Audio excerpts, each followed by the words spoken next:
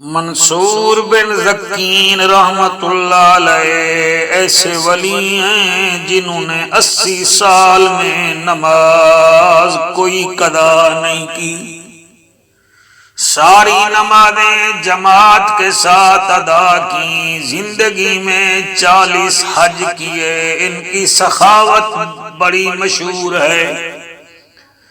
جب ان کا انتقال ہوا کچھ دن بعد بیٹے نے خواب میں دیکھا، جب خواب میں دیکھا پوچھا بابا جان کیا ہوا؟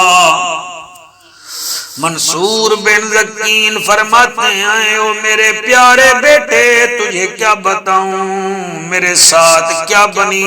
بیٹا کہتا ہے بابا فرماؤ تو صحیح۔ کہتے ہیں میرا چاند میں اللہ کی دربار میں پہنچا، اللہ نے فرمایا منصور بن ذکین میرے پاس کیا لائے ہو؟ میں نے کہا اللہ تیری وحدانیت تیرے ایک ہونے پر میں 17 دلیلیں لایا ہوں۔ اللہ نے فرمایا یہ بھی کافی نہیں۔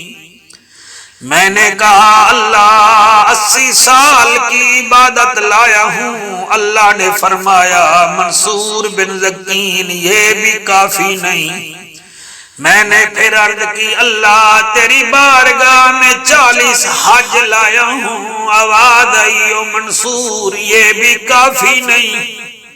او میرے بیٹے میں کانپنے لگا، میں نے کہا باری تعالیٰ میری نماز بھی کافی نہیں، میرے حج بھی کافی نہیں، تیری توحید پر میں 17 دلیلیں لے کر آیا وہ بھی قبول نہیں۔ چلو اللہ میں نے تیری رضا کی خاطر ایک دن میں 1 لاکھ درہم دیے تھے، اللہ نے فرمایا یہ بھی قبول نہیں۔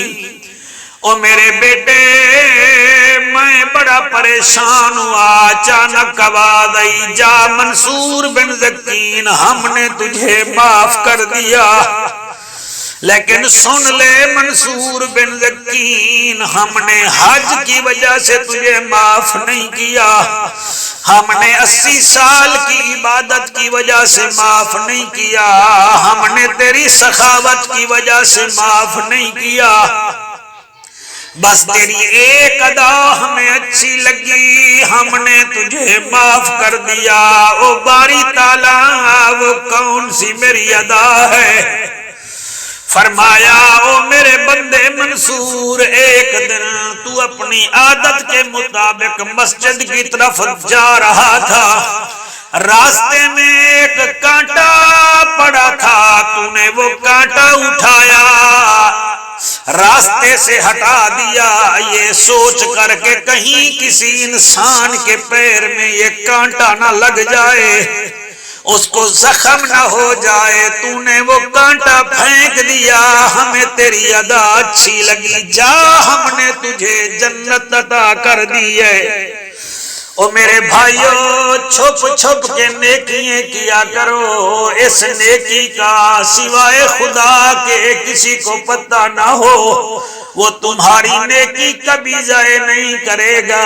اللہ عمل کی توفیق عطا فرمائے۔ سب سے پہلے ویڈیوز کو دیکھنے کے لیے چینل کو سبسکرائب کریں اور بیل آئیکن کو پریس کریں۔